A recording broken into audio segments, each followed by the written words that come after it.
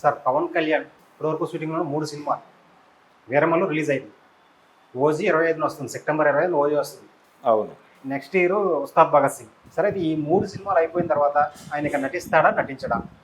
అంటే కొంతమంది దర్శకులు అయితే ఆయన కోసం ఊహించుకొని కథలు రాస్తున్నారు.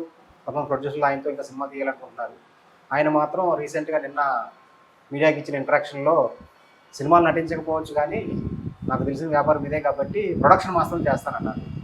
అయితే నిజంగానే ఆయన మాట మీద నిలబడి సినిమాలు ఇదే ఆఖరి సినిమా అనుకోవచ్చా, లేకపోతే మళ్ళీ నటించే అవకాశం ఏమైనా ఉందా? అంటే ప్రొడక్షన్ కంటే కూడా నటించడమే తేలిక కంపారిటివ్గా.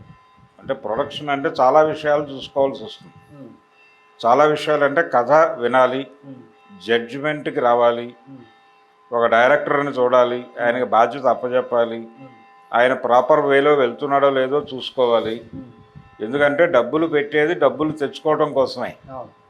కాబట్టి డబ్బులు తెచ్చేదిగా ఉందా, డబ్బులు పోగొట్టేదిగా ఉందా అనేది జడ్జిమెంట్కి రావాలి. దీనికోసం దాని మీద కాన్సన్ట్రేషన్ పెట్టాలి. అన్యమనస్కంగా ఎవరి మీదో వదిలేసే పరిస్థితి కాదు, ఇంకొకరి మీద డిపెండ్ అయ్యే పరిస్థితి అంతకంటే కాదు. ఎందుకంటే తను కేవలం డబ్బులు తన కోసమే కాదు, ఆయన చెప్పిన ప్రకారం అదే జరుగుతోందని నేను అనుకోవడం లేదు. కానీ ఆయన చెప్పిన మాట ప్రకారం నేను ఇంట్లో ఖర్చు పెట్టుకోవాలన్నా లేదు, పార్టీకి ఖర్చు పెట్టాలన్నా నా దగ్గర వేరే సోర్స్ లేదు, సినిమా తప్ప. సినిమా నుంచి ఏవైనా డబ్బులు వస్తే మా ఇంట్లో పొయ్యి వెళుతుంది, పార్టీలో ఏదైనా అక్కడ పని జరుగుతుంది. కాబట్టి నేను ఎవరి దగ్గర చందాలు కూడా తీసుకోవట్లేదు, ఏ రకమైనటువంటి కార్యక్రమము నేను బయట నుంచి నాకు సోర్స్ లేదు, నా డబ్బులు పెట్టే చేస్తున్నా అని చాలా ఓపెన్గా చెప్పాడు ఆయన. పదే పదే చాలాసార్లు చెప్పాడు, నిన్న కూడా చెప్పాడు. కాబట్టి డబ్బులు అనివార్యం, ఆయనకి డబ్బులు కావాలి. ఆయన రాజకీయాల్లో ఉండాలంటే డబ్బులు కావాలి. డబ్బులు కావాలంటే ఆయనకున్న సోర్స్ అది ఒకటే. రాజకీయాల్లో డబ్బులు రావు, డబ్బులు లేవు అని చెప్తున్నాడు ఆయన బలంగా. అది 100% వాస్తవం అని అనుకునే పరిస్థితి అయితే లేదు. ఎందుకు లేదు అంటే రాజకీయ వ్యాపారమే నడుస్తోంది ఇప్పుడు. వ్యాపార రాజకీయం కాదు, రాజకీయమే వ్యాపారంగా మారిపోయినటువంటి దశలో మనం ఉన్నాం. పవన్ కళ్యాణ్ జనసేన పార్టీ దగ్గరికే వస్తే, ఆ పార్టీ ప్రారంభించినప్పుడు ఉన్నటువంటి కార్యాలయాన్ని ఇప్పుడు డిమాలిష్ చేసి కొత్త కార్యాలయం కడుతున్నారు పెద్ద ఎత్తున. అంటే ఇది ఎప్పుడు సాకారం అయింది? 2024 ఎన్నికలు ఆ నేపథ్యంలో అది సాకారం అయింది. అంటే దీనికి సంబంధించి ఏదో ఫండింగ్ ఉంటుంది ఎక్కడి నుంచో, అది ప్రపంచానికి తెలియాల్సిన అవసరం లేదు. కానీ రాజకీయము వ్యాపారము రాజకీయం పక్కపక్కన కలిసి తిరిగాయి ఒక దశలో. ఇప్పుడు రాజకీయమే వ్యాపారంగా మారిపోయినటువంటి సందర్భంలో ఈ రాజకీయ వ్యాపారం బాగుందని రాజకీయ నాయకుల వారసులందరూ పార్టీల్లోకి వచ్చేస్తున్నారు. వాళ్ళు అమెరికాలో చదువుకున్నప్పటికీ కేటీఆర్ కావచ్చు, లోకేష్ కావచ్చు, జగన్మోహన్ రెడ్డి కావచ్చు, వీళ్ళందరూ కూడా రకరకాల చదువులు చదువుకుని ఇతరేతర ప్రయోగాలు చేసి దానికంటే ఇది బాగుంది, మనకు ఎలాగూ మన తండ్రి గారు పెట్టినటువంటి దుకాణం ఉంది కదా, వచ్చి ఇక్కడే ఈ వ్యాపారమే చేసుకుంటే బాగుంటుందని వచ్చారు తప్ప ప్రజల పట్ల వీళ్ళకి ఏదో నిజాయితీలు ప్రేమలు ఉన్నాయని నేనైతే అనుకోవడం లేదు. రాజకీయం వ్యాపారంగా మారిన తర్వాతే వారసుల రాకడ పెరిగింది. ఇంతకుముందు వారసులు రాకడ లేదు. రాజకీయ నాయకుల పిల్లలు ఇంకెక్కడో సెటిల్ అయ్యేవారు. కానీ ఈ మధ్యకాలంలో ప్రతి రాజకీయ నాయకుడి వారసుడు రాజకీయాల్లోకే వస్తున్నాడు. మాటల్లో నిజాయితీ కనిపిస్తుంది. మాటల్లో నిజాయితీ ఉండాలి, లేకపోతే వ్యాపారం ఎలా చేస్తారు? మా కొట్లో సరుకు మాత్రమే అద్భుతం, పక్క కొట్లోకి వెళ్తే మీరు మోసపోతారు అని ప్రతి కొట్టువాడు చెప్తాడు. ఆ మాట చెప్పటం, కాన్ఫిడెంట్గా చెప్పడం, ఏ మోతాదులో అవతల వాడిలో కాన్ఫిడెన్స్ నింపుతున్నావు అనే దాన్ని బట్టి నీ విజయం ఆధారపడి ఉంటుంది. అదే మోతాదులో చెప్తారు ఎవరైనా. అందుకని పవన్ కళ్యాణ్ గారు రాజకీయాల్లో డబ్బులు లేవు అని చెప్పుండొచ్చు, కానీ ఆయన దాన్ని చాలా కాన్ఫిడెంట్గా చెప్తున్నాడు. ప్రపంచం నమ్మే పద్ధతిలోనే ఉంది అది. అందుకని ఇప్పుడు ఆయన మాటలకే బైండ్ అయితే ఆయనకు సినిమా తప్ప వేరే మార్గం లేదు. మార్గం లేనప్పుడు ప్రొడక్షన్ లైన్లోకి వెళ్తే ఇబ్బంది పడతాడు ఆయన. అంటే ప్రజలకు సేవ చేస్తూ అనుక్షణం మంత్రిగా 4 శాఖలు నిర్వహిస్తున్నాడు ఆయన. మధ్య మధ్యలో దేవాదాయ శాఖలో కూడా ఎంటర్ అవుతాడు ఆయన. ఇలా నడుస్తోంది ఆయన ప్రయాణం, రాజకీయ ప్రయాణం. రెండోది ఆయన ఢిల్లీతో రెగ్యులర్ కాంట్రాక్ట్లో ఉన్నాడు. అలాగే చంద్రబాబు నాయుడు గారితో రెగ్యులర్ కాంట్రాక్ట్లో ఉండాల్సిన పరిస్థితి. ఉప ముఖ్యమంత్రి ఆయన ఇంత బిజీ షెడ్యూల్లో ఆయన ప్రొడక్షన్ మీద దృష్టి పెట్టడం కన్నా కూడా ఇలాగే 2-3 క్యారెక్టర్లు ఒప్పేసుకుని వెనకాల యంత్రాంగం ఉంటుంది కదా, ఆయన టీం ఉంటుంది కదా, అది ప్రొడక్షన్ సులువేమోగా ఆయన నటించకపోయినా చూసుకోవాలి కదా. ఆ టీంని నడిపించేవాడు ఎవడు? నటించే నాయకుడు ఈయనైనా ఒక మాట నడిపించే నాయకుడుగా ఉండటం మాత్రమే కదా, ఆ టీం ప్రాపర్గా పెడుతోందో లేదో చెక్ చేసుకోవటం అనేది రోజువారీ కార్యక్రమం ఉంటుంది అనివార్యంగా. డబ్బులు ఇచ్చేసి ఇప్పుడు మైత్రి మూవీ మేకర్స్ ఎవరో ఆయనకి ఉస్తాద్ భగత్ సింగ్ కోసం ఇచ్చిన రెమ్యూనరేషన్ తీసుకెళ్ళి ఎవరి చేతిలోనో పెట్టి నా తరఫున సినిమాలు తీసి డబ్బును పెంచండి అంటే అది పెరగచ్చు పోవచ్చు కూడా. కాబట్టి రిస్క్ ఉంది. అంటే సురేష్ బాబు లాంటి వాళ్ళు తరచూ చెప్పే మాట ఏంటంటే 90% రిస్కే సినిమా వ్యాపారం అని ఆయన పదే పదే చెప్తాడు.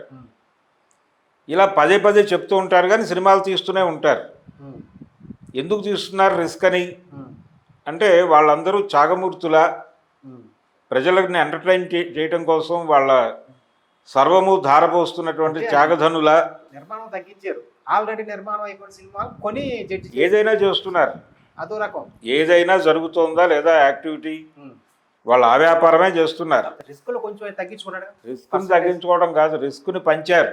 అంటే ఇప్పుడు ఎలా తయారైందంటే వాళ్ళు ప్రొడక్షన్ చేయటం మానేసి ప్రొడక్షన్ చేసినవి జడ్జి చేసి కాదు, వాళ్ళకి రిలీజ్ చేసుకునే అవకాశం ఉండదు కాబట్టి తమ ముద్ర వేసి రిలీజ్ చేయటానికి కాంట్రాక్ట్కి తీసుకుని దానిలో వీళ్ళు ప్రాఫిట్స్ తీసుకుంటున్నారు. రూపాయిలో సినిమా తీశారు అనుకుందాం, వాళ్ళకి ఆ రూపాయి హామీ ఇస్తే వాళ్ళకి ఆనందం. ఆ రూపాయి వాళ్ళకి ముందే ఇచ్చేస్తున్నారు కొన్ని సందర్భాల్లో, ఇచ్చేసి వీళ్ళు రిలీజ్ చేస్తున్నారు. దాని మీద 100 రూపాయలు వస్తే 99 రూపాయలు వీళ్ళవే. ఇలా ఈ బిజినెస్కి వాళ్ళు మరిగిన తర్వాత ప్రొడక్షన్ రిస్కులు వాళ్ళే వదిలేశారు. వాళ్ళే వదిలేసిన ప్రొడక్షన్ రిస్క్ నీకెందుకు రాజకీయాల్లో ఉండి? నీ నమ్మకం ఎవరిని నువ్వు నమ్మేటువంటి వ్యక్తి ఎవరు అక్కడ? ఇప్పుడు శరత్ మరారో మరొకళ్ళనో పెట్టాడు అనుకుందాం. త్రివిక్రమ్ ఉన్నారుగా, త్రివిక్రమ్కి బయట ప్రాజెక్టులు ఉన్నాయి కదా, ఈయన కోసం ఏమైనా చేస్తాడు. ఇప్పుడు ఆయన ఎన్టీఆర్తో సినిమా అనుకుంటున్నాడు, మధ్యలో ఇంకో సినిమా అనుకుంటున్నాడు వెంకటేష్తో సినిమా, ఎన్టీఆర్తో సినిమా అంటే కనీసం 3 ఏళ్ళు పైన లాగుతుంది అది. ఈ లోపల మీరు ఎన్నికల దగ్గరికి వస్తారు ఇక్కడ మీ రాజకీయ ప్రయాణంలో. ఆ తర్వాత త్రివిక్రమ్ మీతో కమిటెడ్గా ఉంటాడా? మీకు బైండ్ అయిపోయి అదేం గ్యారంటీలు లేవు కదా, దేనికి గ్యారంటీలు లేవు ఇక్కడ. ఏ విధంగా చూసినా ఆయన ప్రొడక్షన్లోకి వెళ్ళటం కన్నా కూడా నటుడిగా సినిమాలు కమిట్ అయ్యి, అంటే గతంలో ఓ పద్ధతి అనుసరించేవాడు ఎన్టీ రామారావు లాంటి వాడు బిజీగా ఉన్న రోజుల్లో. తను చేసేటువంటి సన్నివేశాలన్నీ ఒక 20 రోజుల్లో కంప్లీట్ చేసేసి తను వచ్చేసేవాడు బయటకి. ఆ తర్వాత వాళ్ళు సినిమా నెమ్మదిగా మిగిలిన ముక్కలన్నీ కలుపుకుని రిలీజ్ చేసుకునేవాడు. మ్యాక్సిమం 20-25 రోజుల్లో తన పార్ట్ కంప్లీట్ అయ్యేలాగా, రోజుకు 4 గంటలు పనిచేసేలాగా పెట్టుకుని 6 నుంచి 10 వరకు అక్కడ కేటాయించి మిగిలిన టైం అంతా రాజకీయాలకు కేటాయిస్తే ఇది సేఫ్ అవుతుంది ఆయనకి. ఇప్పుడు ఆయనకి ఈ సినిమా హిట్ అయితే డెఫినెట్గా ఆయనతో సినిమాలు తీయటానికి వస్తారు. నెక్స్ట్ వచ్చే సినిమా మీద చాలా హోప్స్ ఉన్నాయి, ఓజీ మీద. ఓజీ గనక హిట్ అయితే అంటే ఈ వరుస సినిమాలు హిట్ అవుతాయనేటువంటి మూడ్లోనే ఉన్నారు. ఈ పరంపర కొనసాగితే తన నటుడిగా ఇలాగే కొనసాగుతూ రాజకీయాల్లోనూ కొనసాగుతూ, ఇప్పుడు ముఖ్యమంత్రిగా ఉండి సినిమాలో నటించాడు కదా ఆయన రామారావు గారు. నేరుగా ఫైల్స్ అక్కడికే తెప్పించుకుని సంతకాలు పెట్టిన ఫోటోలు చూసాం కదా మనం. సెక్రటేరియట్ ఎంప్లాయీస్ వెళ్ళి ఆయన గడ్డం అది పెట్టుకుని విశ్వామిత్రుడిగా కూర్చుని ఒక్కొక్కళ్ళు ఫైల్ తీసుకెళ్ళి వారి ముందు పెట్టి సెట్లో సంతకాలు పెట్టించుకొచ్చిన విజువల్స్ ఫోటోలు చూస్తున్నాం మనం. అలాగే ఇంకొక దారుణం ఏంటంటే నేషనల్ ఫ్రంట్ కార్యవర్గ సమావేశం విశ్వామిత్ర సెట్లో జరిగింది. విపి సింగ్ వీళ్ళందరూ వచ్చి అక్కడ కూర్చుని ఆయనతో మాట్లాడి వెళ్ళారు ఓకే. కార్యవర్గ సమావేశంలో. కాబట్టి అవి అన్నీ ఉన్నాయి రోల్ మోడల్స్ మనకి. కాబట్టి ఈయన కూడా చేసుకోవచ్చు. ఓకే. ఎంజీఆర్ ఒక్కడే మొహమాట పడ్డాడు. ఎంజీఆర్ రాజకీయాల్లో పూర్తి కాలం వెళ్ళిపోయిన తర్వాత మళ్ళీ సినిమా చేయడానికి ఉత్సాహపడలేదు, చెయ్యాలి అనుకోలేదు, చేయలేదు, అలా ఉండిపోయాడు అంతే. ఎన్టీఆర్ చచ్చాడాడు, రాజకీయాల్లోనూ సినిమాల్లోనూ కూడా చచ్చాడాడు ఆయన. కాబట్టి అదే మార్గం అనుకోండి. ఆయన కూడా నాకు అది తప్ప ఇన్కమ్ లేదు, ఆయన రూపాయి జీతమే తీసుకునేవాడు, చెప్పాడు ముందే. కాబట్టి మీరు కూడా అదే మార్గం ఎంచుకుని నటుడిగా కొనసాగండి. ఆయన ప్రొడక్షన్ చేశాడు. ఎన్టీఆర్ సీఎంగా ఉండి చేసినటువంటి సినిమాలు ఒక మేజర్ చంద్రకాంత్ తప్ప మిగిలినవన్నీ ఆయన బ్యానర్లో వచ్చిన సినిమాలే. ఏది శ్రీనాథ కవి సార్వభౌముడు కావచ్చు, సామ్రాట్ అశోక కావచ్చు, విశ్వామిత్ర కావచ్చు, ఇవన్నీ వారి బ్యానర్లో వచ్చిన సినిమాలే, బయట బ్యానర్ కాదు. బయట బ్యానర్లో చేసింది ఒకే ఒక్క సినిమా, అది మేజర్ చంద్రకాంత్. అలా అది నటుడిగా వెళ్ళటం. ఆయనకి వ్యవస్థ ఉంది, ఆయనకి వెనకాల మొదటి నుంచి కూడా ఒక కోటరీ ఉండేది, బలమైన కోటరీ. అంటే ఉప్పలపాటి విశ్వేశ్వరరావు గారు, త్రివిక్రమరావు గారు, తర్వాత పుండరీకాక్షయ్య గారు, ఇలాంటి దిగ్గజాలు ఉండేవి రామారావు వెనకాల. వాళ్ళు చూసుకునేవాళ్ళు వ్యవహారం అంతా. చెరుకూరు పూర్ణచంద్రరావు గారు, ఆయన డిస్ట్రిబ్యూషన్ సైడ్ మొత్తం ఆయనే చూసుకునేవాడు, డబ్బులు ఎంత వస్తున్నాయి పోతున్నాయి. ఇలాంటి నెట్వర్క్ ఉంటే అది ఓకే, కానీ ఇక్కడ అది కనిపించటం లేదు. అందుకని ఈయన నటుడిగా కొనసాగటమే మంచిది.